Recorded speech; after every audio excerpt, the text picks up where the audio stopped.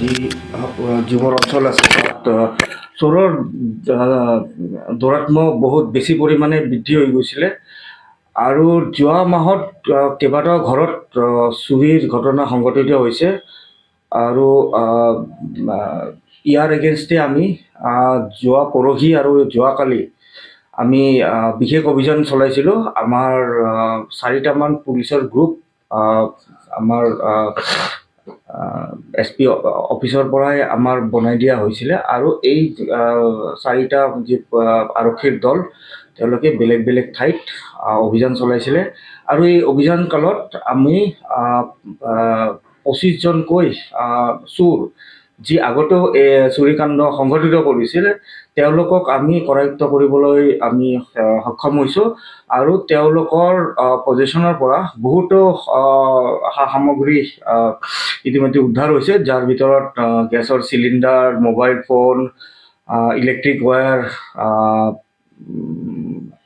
Aluminium আৰু ব্ৰঞ্জৰ তথা কপাৰৰ বহুত সৰঞ্জাম, যেনেকুৱা পূজাৰ সামগ্ৰী যি বাচন বৰ্তন থাকে সেইবোৰ উদ্ধাৰ কৰা হৈছে আৰু ইতিমধ্যে সেই বস্তুবোৰ আমাৰ সদৰ থানাত ৰখা হৈছে আৰু মই সকলোকে মই এটা আপিল কৰিম যে তেওঁলোকৰ যদি কোনোবা বস্তু তেওঁলোকে আইডেণ্টিফাই কৰিব পাৰে তেনেহ'লে আমি তেওঁলোকক এইটো জিম্মা দিয়াৰ কাৰণে আমি সহায় কৰিম।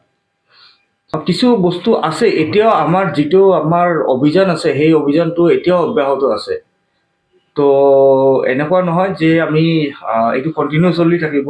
এতিয়ালৈকে কোনো আমাৰ গ'ল্ড সেনেকুৱাকৈ আমি উদ্ধাৰ এতিয়ালৈকে হোৱা নাই।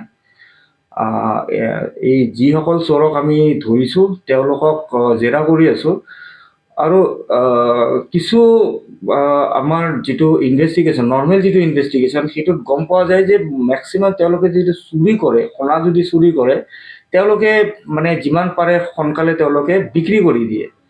তো আমি ইয়াত যিটো আমাৰ বেকৱাৰ্ড লিংকেজ আছে যদি চাওঁ যে তেওঁলোকক জেৰা কৰি যদি চাওঁ যে তেওঁলোকে কোনো সোণ বা সেনেকুৱা কোনো অলংকাৰ তেওঁলোকে ইতিমধ্যে চুৰি কৰিছে আৰু যদি কোনো ব্যৱসায়ে অসাধু ব্যৱসায়ে যদি সেই সোণা যদি তেওঁলোকে কিনে আৰু যদি আমাৰ ইনভেষ্টিগেশ্যনত ধৰা পৰে আমি নিশ্চয় তেওঁলোকৰ ওপৰতো আমি ব্যৱস্থা গ্ৰহণ কৰিম। এইটো শিলচৰৰ প্ৰত্যেকটো অঞ্চলৰ পৰাই তেওঁলোকে আছে। এইবোৰৰ ভিতৰত আপোনাৰ কিছু ৰংপুৰৰ আছে, মেহেৰপুৰ ছাইডত আছে, আশ্ৰম ৰোডৰ ছাইডত আছে, বেৰিংগাৰ ফালৰ আছে কিছু। টোটেল কতজন? 25জন।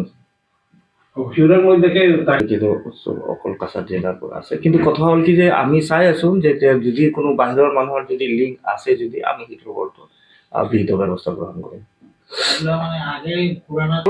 কাৰণ কি তেওঁলোকে যিটো চুৰি কৰে সেইটো এটা গ্ৰুপ হিচাপে চুৰি কৰে। তেওঁলোকে হয় কি এটা গ্ৰুপত এজন পুৰণা এটা চোৰ সদায় কমন এটা থাকে, কাৰণ তেওঁলোকে বহুত ক্ষেত্ৰত তেওঁলোকে মানে এক্সপাৰ্ট হয়। তো প্ৰত্যেকটা গ্ৰুপতে এনেকুৱাকৈ দেখা যায় যে পুৰণা চোৰ এজন